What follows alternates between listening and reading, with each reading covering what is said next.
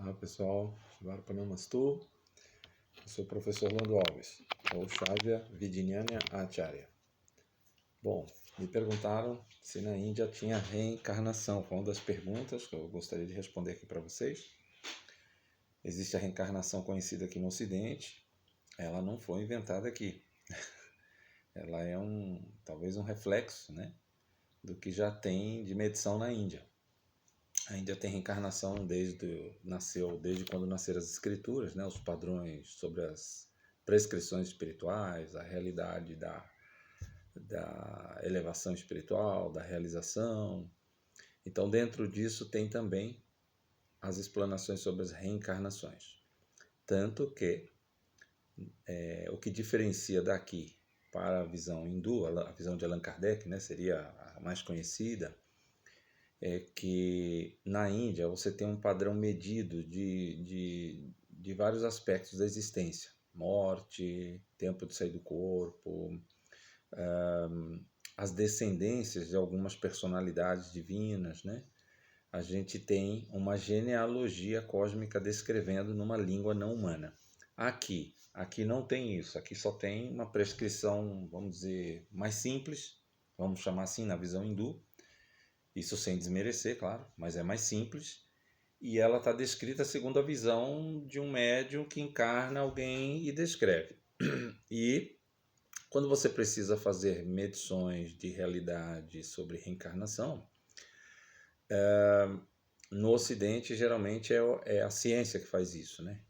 A ciência que faz, alguns especialistas passam a investigar e dar evidências de alguns fatores da reencarnação, alguma prova de alguém que se lembre de uma outra existência que tenha vivido, né? Na Índia, as confirmações sobre a reencarnação estão dentro das escrituras mesmo. Hoje tem pesquisa mais para confirmar, mas já existe, assim, mais para comprovar, né? Mas já existem as confirmações de dentro das escrituras. Eu acredito que seja também por conta da antiguidade. A Índia são milênios de história, milênios de tempo, assim, vamos contar mais de 5.000 anos. 5.000 anos é bastante tempo, já tinha escrituras, já tinham registros, já tinham ciências, e a ciência da reencarnação não seria diferente existir nessa época. Muitas das personalidades divinas que viveram na Índia é descrito a reencarnação delas e a genealogia de onde elas descenderam. Então isso é bem minucioso, não é uma invenção da cabeça, não é uma criação, até porque na Índia dá uma descrição, desde o nascimento das escrituras, de 300.000 deuses. Então, tendo uma descrição tão detalhada, tão minuciosa, quando descreve a reencarnação, a gente passa a aderir a uma crença de verdade. Por quê?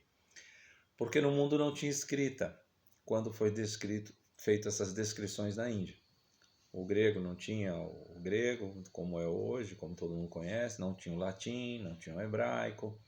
Então, por esse motivo, por ter uma língua tão elaborada, que é o sânscrito, né, o pessoal chama de sânscrito, o sânscrito muito elaborado, geralmente essas definições saem de dentro das descrições da literatura sânscrita. Isso tem tanto no Vedanta, como tem nos Tantras.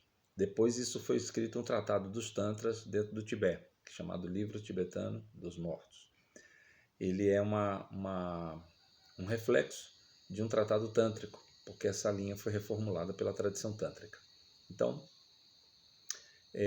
por isso a reencarnação hindu, ela tem comprovações, tem evidências de reencarnação. Eu mesmo tenho uma experiência direta comigo. Eu conto sempre isso aqui para quem é mais próximo, né? A família da minha Guruji, o avô dela, ele orava para Krishna, ele foi o guru da família, e há um tempo atrás existia um santo que escreveu na Índia. Ele recitava cânticos poéticos para Shiva, para Krishna, mas ele foi iniciado pelo Shaivismo por conta da casta dele. Os Brahmanes não iniciavam ele, quem iniciou foi uma tradição do Shaivismo para ele adorar Krishna, uma versão de Krishna chamado Panduranga. E esse santo chama Tukaram. E Tukaram não sabia, não era letrado, não era uma pessoa sábia, assim, que nasceu numa família nobre. Ele nasceu numa família de casta baixa, numa casta que todo mundo discriminava. Então ele adorou muito esse Deus. Ele tinha revelações diretas na língua local, que é uma língua derivada do sânscrito. E esse santo saiu aos céus com o corpo e tudo. Ele subiu na frente de todo mundo, há 400 anos atrás. Bom, e depois de 400 anos, no século passado, isso já faz mais de um século, porque mamá, minha guru, já tem aí, agora estaria fazendo uns 77 anos, 78. Então, se a gente imaginar o pai dela, aí já vamos para 150 anos, né?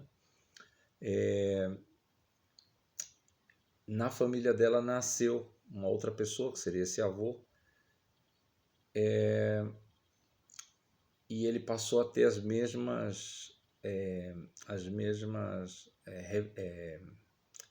ele começou a receber essas prescrições também em sânscrito, passou a escrever na língua de Maharashtra e foi detectado, depois de 400 anos, uma mesma semelhança de Tukaram. Então foi detectada uma reencarnação.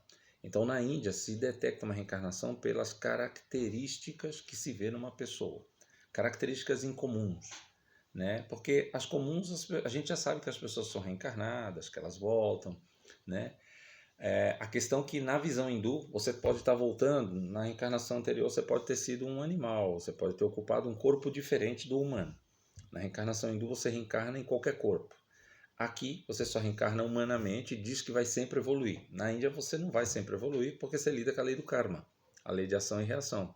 Essa lei não é precisa dizer assim, eu vou evoluir sempre, senão estaria garantido e anularia a lei do karma. Então essas são as grandes diferenças que tem da visão hindu para a visão ocidental. Ou seja, a visão ocidental é questionável pela visão hindu, tá certo? Se for fundamentar sobre o prisma. Primeiro, não tem medições da espiritualidade, não tem medições avançadas. A outra coisa, não tem nenhuma revelação relevante onde tem uma língua de um Deus, na Índia tem. E aqui fala que você vai sempre evoluir. Lá não vai sempre evoluir, porque a gente lida com uma lei que é de probabilidade. Pode evoluir, pode não, ou pode passar num ciclo de nascimento e morte, de nascer num corpo diferente. É assim que funciona na reencarnação hindu, tá bom? Isso era um resumo, mas uma explanação, eu diria, útil a todos. Om Namah Shivaya.